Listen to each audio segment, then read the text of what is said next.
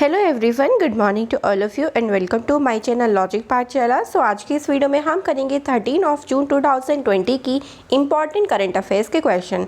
Video मुझे पता है थोड़ा सा लेट हो गया है आज वीडियो, बट कोई नहीं, थोड़ा सा मैनेज आप कर सकते हैं।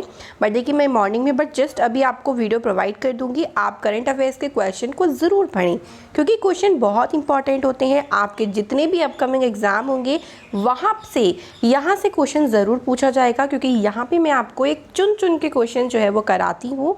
और वीडियो का पीडीएफ फाइल का लिंक आपको डिस्क्रिप्शन बॉक्स में मिल जाएगा। लेकिन खाली पीडीएफ लेने से कुछ नहीं होता, एक बार आप वीडियो ज़रूर देखें, बिकॉज यहाँ से आपको बहुत सारी इन्फॉर्मेशन जो है वो प्रोवाइड की जाती है। तो वीडियो ज़रूर देखना है, पूरा स्किप नहीं करना, एंड प्रॉमिस मी कि वीडियो आप पूरा ज़रूर देखेंगे।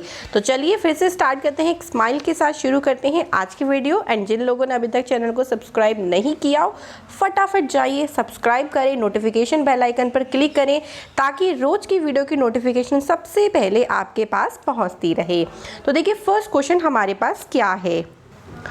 देखते हैं फर्स्ट क्वेश्चन में हमारे पास क्या है। किस राज्य की सरकार ने बुजुर्ग नागरिकों के लिए पंचवटी योजना जो है वो शुरू की है? तो इस क्वेश्चन का आंसर है ऑप्शन नंबर सी, हिमाचल प्रदेश के द्वारा इस योजना को शुरू किया गया है जिसका नेम है पंचवटी योजना।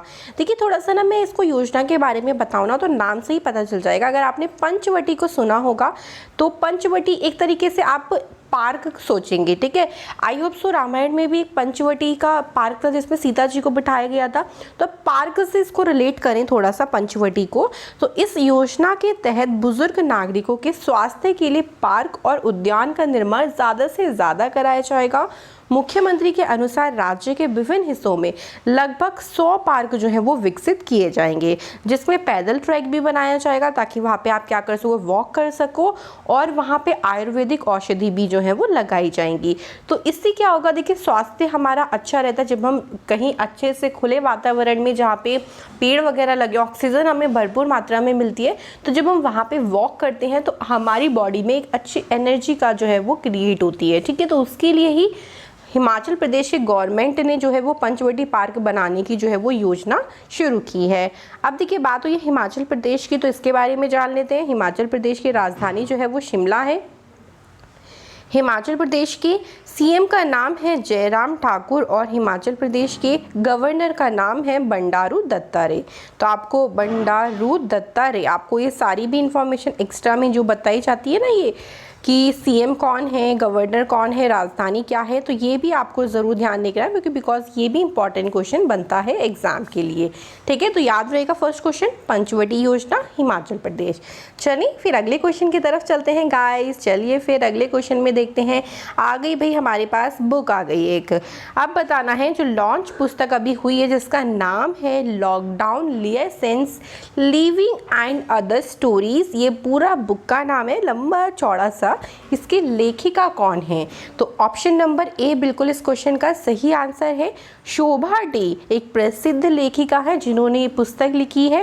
अब इस पुस्तक में उन्होंने क्या बताया है, तो इस पुस्तक में शोभा डे ने जो लॉकडाउन की सीरीज चली है ना भाई, पहला लॉकडाउन, जो दूसरा लॉकडाउन, तीसरा लॉकडाउन, जिससे हम परेशान ही हो गए हैं, उन्हीं लॉकडाउन की सीरीज को छोटी छोटी कहानियों के सेट में जो है वो इन्होंने प्रकाशित किया है। इस पुस्तक में मुख्यतः कोरोना वायरस की वजह से जो लॉकडाउन में तकलीफ़ें हुई लोगों को, उनसे निपटने के जो तरीके अपनाए गए, उन चीज़ों को जो है वो इस बुक में दर्शाया गया है। तो आजकल तो भाई अब जो लेखक हैं उन्हें एक टॉपिक मिल गया है, कोरोना वायरस, लॉकडाउन, इन्हीं पे ही बुकें लिखे जा रहे हैं। तो यही बुक आपके अब अपकमिंग एग्ज़ाम के लिए वेरी वेरी क्या बनेंगी, इम्पॉर्टेंट बनेंगी, ठीक है। तो आप इन बुक्स को ज़रूर ध्यान रखें। लॉन्च पुस्तक, अब ये लॉन्च हुई है पुस्तक जिसका नाम है lockdown lessons living and other stories, की लेखिका कौन है? शोभा डे। याद रहेगा? चलिए अगर याद रहेगा तो फिर हम अपने बढ़ जाते हैं थर्ड क्वेश्चन की तरफ।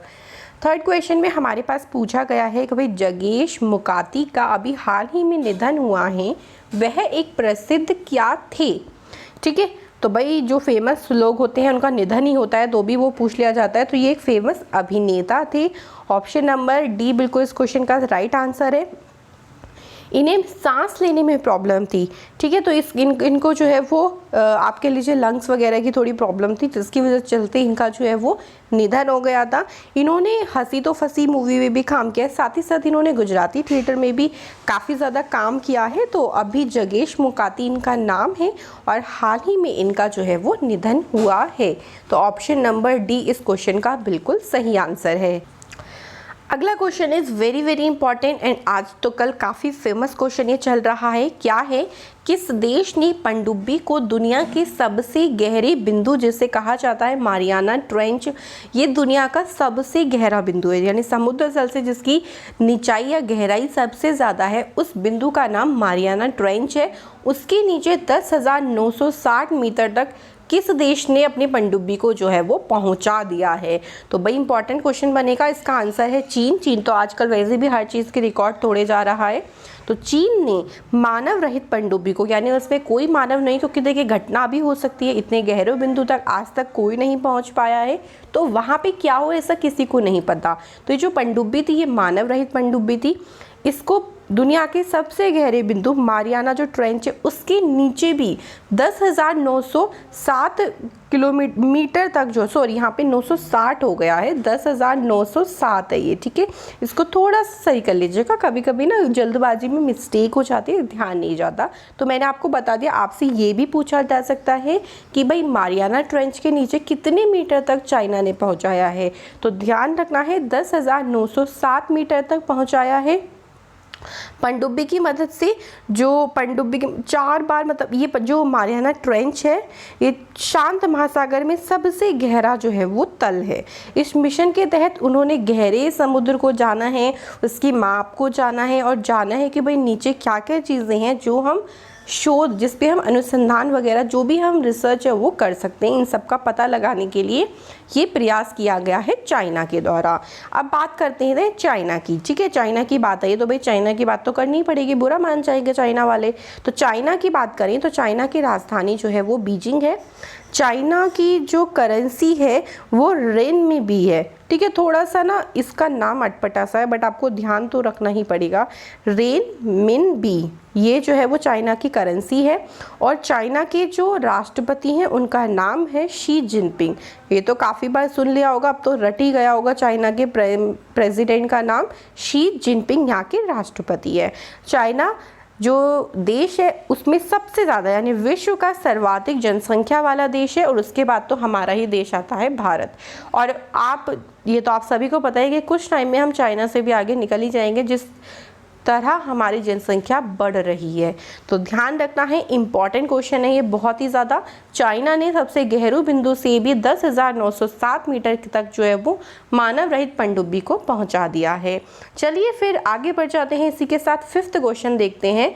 वर्ल्ड यूनिवर्सिटी की ताज़ा रैंकिंग में भारत के कितने प्रौद्योगिकी संस्थानों को जगह मिली है, यानी कितने टेक्नोलॉजी इंस्टीट्यूट जो हैं वो भारत के वर्ल्ड यूनिवर्सिटी, यहाँ पे QS वर्ल्ड यूनिवर्सिटी है, ठीक है। QS वर्ल्ड यूनिवर्सिटी में जो है वो उनको स्थान मिला है।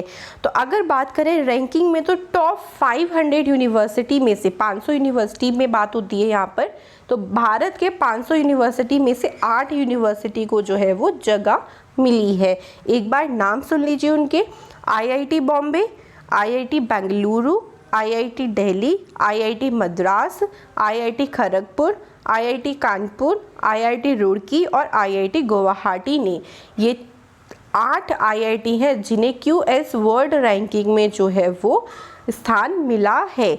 बात करें इस रैंकिंग में पहले नंबर पर कौन सी यूनिवर्सिटी है, तो हमारे देश की तो है नहीं पहले नंबर पे यूनिवर्सिटी, ठीक है। तो जो पहले स्थान पर यूनिवर्सिटी है वो अमेरिका की यूनिवर्सिटी है, जिसका नाम है MIT। MIT की फुल फॉर्म है मैसाच्यूसेट्स इंस्टीट्यूट फॉर टेक्नोलॉजी। ये अमेरिका की पहले नंबर पर यूनिवर्सिटी है QS वर्ल्ड यूनिवर्सिटी रैंकिंग में। लेकिन हमारे कितने प्रौद्योगिकी को स्थान मिला है? 8 को मिला है। तो ध्यान रखें, इंपॉर्टेंट क्वेश्चन बन सकता है। 6th क्वेश्चन की तरफ चलते हैं। तो पूछा गया है भारतीय प्रबंधन संस्थान यानी IIM लखनऊ की पूर्व निर्देशक प्रीतम सिंह का भी हाल ही में निधन हुआ है। उन्हें किस सम्मान से सम्मानित किया जा चुका था? तो देखिए क्वेश्चन ना कहीं से भी बन सकता है। आपसे प्रीतम सिंह का भी पूछ सकते हैं कि ये प्रीतम सिंह जो है वो कहाँ के पूर्व निदेशक थे, जिनका भी हाल ही में निधन हुआ है। तो ये भारतीय प्रबंधन संस्थान के निदेशक थे। और इन्होंने क्वेश्चन घुमा के पूछ लिया कि उन्हें किस सम्मान से सम्मानित किया जा चुका है। भाई बड़े चालाक होते हैं आजकल के एग्जामिनर, ठीक है, तो कहीं से भी क्वेश्चन पूछ लेते हैं, तो इसलिए ध्यान रखना। इन्हें पद्मश्री से सम्मानित किया गया था। शिक्षा के क्षेत्र में सहयोग देने के लिए 2003 में इन्हें पद्मश्री मिला था। तो अगर एग्जामिनर का दिमाग घूम गया तो आपसे ये भी पूछ सकता है कि उन्हें पद्मश्री से किस वर्ष में सम्मानित किया गया था। तो 2003 में उन्हें पद्मश्री मिला था और हाल ही में उनका क्या हो गया है, निधन हो गया है। चलिए फिर अगले क्वेश्चन की तरफ चलते हैं। 7वें क्वेश्चन में पूछा है, राष्ट्रीय कौशल विकास निगम ने छात्रों के लिए ऑनलाइन मोड के जरिए शिक्षा और कौशल प्रशिक्षण देने के लिए किसके साथ जो है वो समझौता किया है। तो इसका आंसर है ऑप्शन नंबर सी, TCS-ION ने देश के छात्रों के लिए ऑनलाइन मोड के जरिए कक्षा और कौशल प्रशिक्षण देने के लिए राष्ट्रीय कौशल विकास निगम के साथ समझौता किया है। TCS-ION क्या करेगा, डिजिटल क्लासरूम के जरिए देश भर में छात्रों को सुविधा प्रदान करेगा और टाइप अप के जरिए ऑनलाइन कंटेंट जो है वो उसको बच्चों को प्रोवाइड कराएगा। तो इस क्वेश्चन का आंसर जो है वो ऑप्शन नंबर सी है। आगे चलते हैं 8 क्वेश्चन की तरफ। तो पूछा गया है, अंतर्राष्ट्रीय भारोत्तोलन महासंघ ने किस भारतीय वेटलिफ्टर पर डोपिंग रोधी उल्लंघन के आरोपों को जो है वो हटा दिया है। तो क्वेश्चन का आंसर जो है वो ऑप्शन नंबर बी है, के फजीता चानू। अरे यार फिर गड़बड़ हो गया, के सजीता चानू है, कभी कभी बड़ी मिस्टेक हो जाती है। तो के सजीता चानू पर जो डोपिंग उल्लंघन के आरोप लगे थे उनसे उन्हें मुक्त कर दिया है। मणिपुर की रहने वाली हैं ये। लास वेगास में 2017 में विश्व चैंपियनशिप में भाग लेने से पहले उन पर एंटी डोपिंग एजेंसी के द्वारा ये प्रतिबंध लगाया गया था कि उन्होंने जो एनाबॉलिक स्टेरॉइड टेस्टोस्टेरोन है उसका सेवन किया है और उसका टेस्ट पॉजिटिव आ गया था। अब उनसे ये जो उल्लंघन का जो आरोप लगा था वो हटा दिया गया है। तो ये ध्यान रखें, अंतर्राष्ट्रीय भारोत्तोलन महासंघ का जो मुख्यालय है बुडापेस्ट में है और बुडापेस्ट हंगरी में है। और इसके तो अध्यक्ष हैं, उनका नाम है उर्सुला पपांड्रिया। बड़े ही अजीब नाम होते हैं। उर्सुला पपांडिया जो है वो इसके अध्यक्ष का नाम है। तो चलिए 9 क्वेश्चन पे चलते हैं। तो पूछा गया है, किस जगह वाइस एडमिरल अतुल कुमार जैन ने रेस्क्यू व्हीकल कॉम्प्लेक्स का जो है वो उद्घाटन किया है। तो इस क्वेश्चन का आंसर है विशाखापट्टनम, जो कि आंध्र प्रदेश का एक शहर है।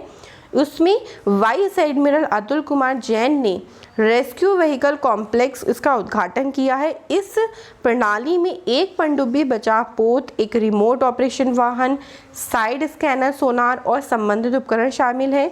ये जो पनडुब्बी है, डूबे हुए को बचाए जाने के बाद पनडुब्बी को विकसित करने के लिए गोताखोर चैम्बर और हाइपरबेरिक चिकित्सा उपकरण है। एक तरीके का चिकित्सा उपकरण, मान लीजिए अगर कोई डूब रहा हो तो उसे बचाया जा सकता है।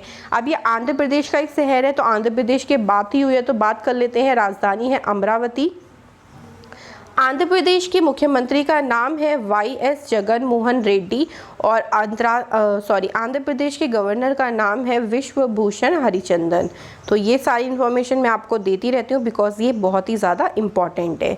चलिए फिर हम अगले क्वेश्चन की तरफ आगे बढ़ते हैं। तो अगले क्वेश्चन में देखते हैं भाई क्या हमसे पूछा गया है। तो ये एक रिवीजन क्वेश्चन मैंने आपके लिए रखा है। जम्मू कश्मीर उच्च न्यायालय का मुख्य न्यायाधीश किसे नियुक्त किया है। तो फटाफट से खुद आंसर सोचिएगा, फिर इसका आंसर सुनिएगा क्योंकि मैं आपसे पूछ चुकी हूँ। इसका आंसर है option number C, Javed Iqbal Wani को अभी हाल ही में जम्मू कश्मीर हाई कोर्ट का चीफ जस्टिस नियुक्त किया गया है।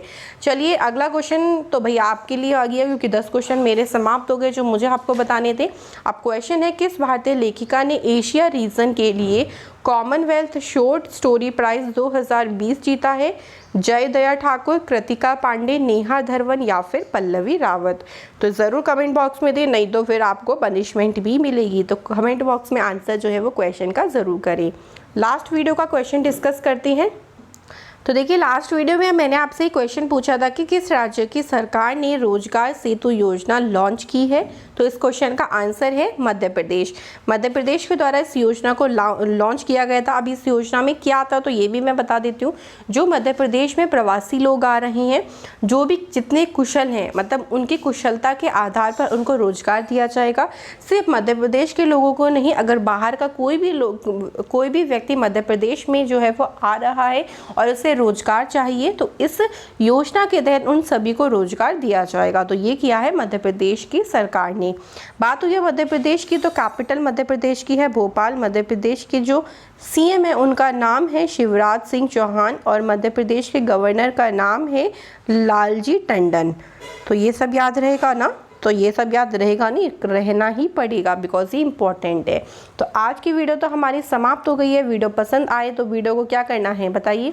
वीडियो को करना है लाइक ज़रूर करना है भाई, और सभी के साथ शेयर करें कि आप यहाँ से वीडियो पढ़ें करंट अफेयर्स की। एंड जो लोगों ने सब चैनल को सब्सक्राइब नहीं किया तो वो फटाफट से सब्सक्राइब करें, नोटिफिकेशन बेल आइकन पर क्लिक करें, आपको सबसे पहले हमारी वीडियो की नोटिफिकेशन मिलती रहेगी।